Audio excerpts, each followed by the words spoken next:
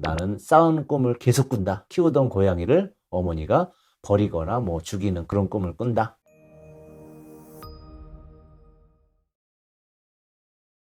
안녕하십니까? 오늘은 수면장애, 그 중에서 수면마비에 대해서 알아보는 시간을 갖도록 하겠습니다. 수면마비는 우리가 흔히 가위 눌린다 라고 표현하는 증상입니다. 가위 눌림 겪어보신 분들이 굉장히 많죠. 어떠냐 하면 나를 억누르는 느낌이 있으면서 정신은 깼는데 잠식했는데 몸이 꼼짝을 못하는 상태가 이제 가위 눌림, 수면마비라고 합니다. 수면마비는 동의보감에서 해결을 할 때 절대 깨우지 말아라 갑자기 이렇게 얘기를 합니다. 수면마비의 많은 경우에 있어서 깍지를 끼고 또는 손을 가슴 위에 올려놓고 자고 있는 경우가 많습니다. 깍지를 풀어주거나 가슴 쪽에 올려져 있는 몸갓을 내려주고, 무거운 이불이 있다면 내려주고 천천히 흔들면서 깨워주는 것이 좋습니다. 동의보감에 나와 있는 내용이고요. 그럼 가위 눌림은 왜 생기느냐? 첫째는 기허입니다. 기허가 상당 시간 진행이 되면, 갑자기 오늘 기운이 없다고 가위에 눌리는 것이 아니고 몸 안에서 기를 생산하는 능력이 현저히 떨어진 채로 많은 시간을 지내면 기의 부족이 전신 근육을 기동시킬 수 있는 능력이 떨어지기 때문에 나타나는 현상입니다. 수면이라 함은 뇌에서 전원을 내린다 이렇게 이해하시면 좋겠습니다. 전원을 내리면 몸의 기운이 쭉 빠지죠. 그러나 뇌는 깨어 있습니다. 그래서 수면 초기에는 주변에서 일어나는 일을 다 듣지요. 그것을 이제 수면 장애, 나 못 잤어 라고 판단하시는 분들도 있습니다만, 밤새 한숨도 못 잤다 라고 했는데 다음날 활동할 수 있는 분들이 많이 있습니다. 이유는 몸은 자고 뇌는 못 자는 경우에 해당되는 거죠. 육체적인 전원이 먼저 내려진 다음에 근육이 힘을 안 쓰고 있으면 상당수의 그 세포들이 비활성 상태로 들어가기 때문에 뇌는 수면으로 인지하지 못하더라도 몸의 수면 상태가 지속이 됩니다. 그 상태에서 깨어나려고 할 때 기가 공급되면서 벌떡 일어나는 거죠. 근데 우리가 과로하고 끼니를 잘 안 먹었거나 그래서 기운이 하나도 없을 때 공휴일날 아침 같은 경우에 일어나려고 하면 굉장히 힘들죠. 기가 부족해서 전신에 공급되는 기가 딸리기 때문입니다. 그런데 이것이 근본적으로 공급이 일시적 장애를 보인다면 괜찮지만 아예 생산이 안 돼서 원기가 부족하게 되면 공급 자체가 이루어지지를 않게 됩니다. 그러면 혼자 자는 사람은 어떻게 하느냐? 깨우는 방법을 알려드리도록 하겠습니다. 뇌에 있는 전기 신호를 불러들이는 방법이 있습니다. 대뇌에 기억되어 있는 여러 기억 회로들은 전기 충격, 스파크에 의해서 새겨지는 것입니다.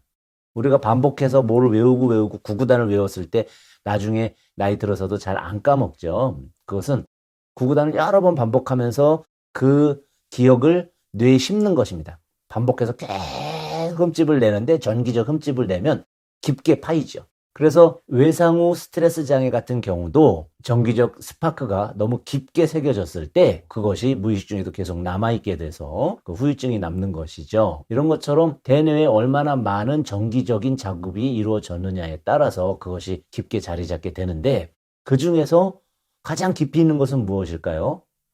보통은 아이들은 엄마 아빠입니다. 그리고 종교인들 같은 경우에는 뭐 예수님, 뭐 부처님 등등의 그 신이 있을 수도 있겠죠. 그래서 목사님 중에는 가위 눌리고 있을 때 예수님을 외쳐라. 그러면 하나님이 보호해 주신다 라고 거짓말을 합니다. 그것이 아니고 내가 가장 믿고 있는 대상에 대한 그 암시를 통해서 뇌가 각성을 하게 되고, 각성 상태에서 전기 흐름이 원활해지고 그것이 전신에 공급되지 못하고 있는 기를 소통시키면서 몸이 움직이게 되는 것입니다. 그래서 종교가 없는 분들은 아빠, 엄마 이렇게 하셔도 되고요.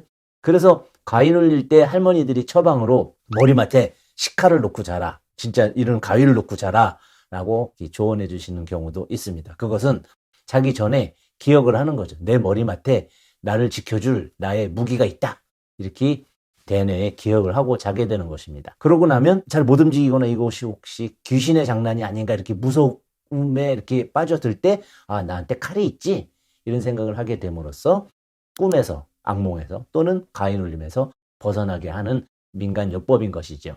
아무 의미가 없는 방법은 아닙니다. 이런 식으로 여러 가지 방법을 통해서 수면마비, 가인울림을 벗어나게 할 수가 있겠고요. 실제로 기허에 의한 부분은 또 이제 한방에서 좀 더 자세하게 나눈다면 양허인 경우도 있습니다. 기중에 양기가 부족한 경우인데요. 그럴 때 나타나는 현상은 땀이 납니다. 가인울림이라도 땀이 안 나는 경우가 있고 땀이 흠뻑 나는 경우가 있거든요. 땀이 흠뻑 났을 때는 이제 한의사들이 처방을 낼 때 단순히 기만 보강하는 것이 아니고 그 양기를 보강함으로써 모공이 열려서 나가는 땀이 많은 에너지의 기를 소모하게 되거든요. 그것을 막아주는 치료를 더불어서 함으로써 원기가 잘 공급되게 하고 수면마비를 없애주는 효과를 보이게 됩니다. 그리고 지난번 다몽증에서 어느 구독자께서 나는 싸운 꿈을 계속 꾼다. 키우던 고양이를 어머니가 버리거나 죽이는 그런 꿈을 꾼다. 내가 남을 해치는 꿈을 꾼다 라고 말씀하셨습니다. 그 부분을 조금 더 이 가인울림과 연계해서 말씀드리면 음기와 사람 몸에 있는 양기가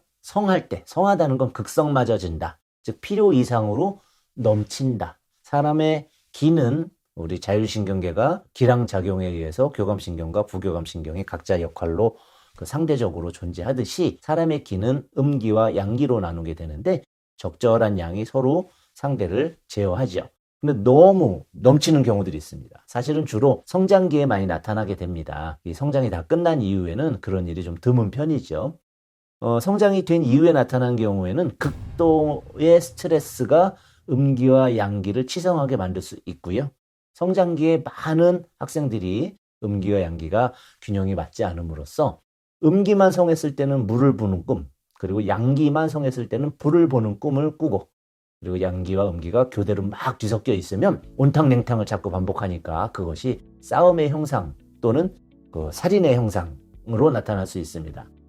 성격이 잘못됐거나 무슨 질병이 있어서 그런 꿈을 꾸는 것은 아니기 때문에 너무 걱정하지 않으셔도 되겠고요. 가인울림 없이 좋은 수면 이루시길 바랍니다. 감사합니다.